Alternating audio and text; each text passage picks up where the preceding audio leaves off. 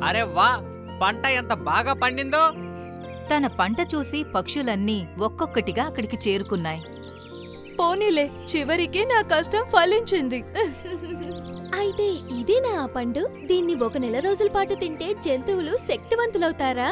అదేగా నువ్వు చెప్పింది? అవునవును, తప్పకుండా అవుతారు. ఇంతలోనే గద్దకి ఏదో ఆలోచన వచ్చింది.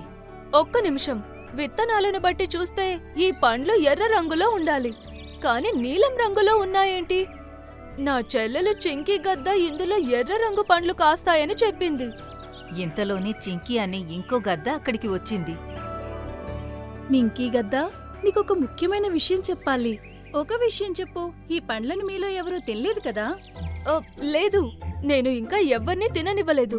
ఎందుకంటే నువ్వు ఎర్ర రంగు పండ్లు కాస్తాయని చెప్పావు, కానీ ఇక్కడ నీలం రంగు పండ్లు కాసాయి.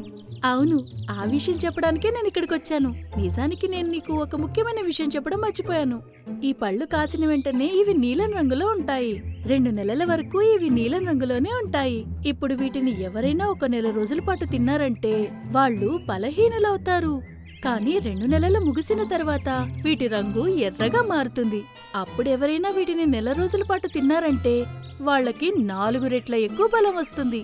పోనీలే, మంచిదైంది, నువ్వు సరైన సమయానికి వచ్చావు. ఇంక నేను కూడా 2 నెలల సెలవులు తీసుకొని నీతో పాటు వస్తాను. కొద్ది రోజులు పట్నంలోనే ఉంటాను. అలాగే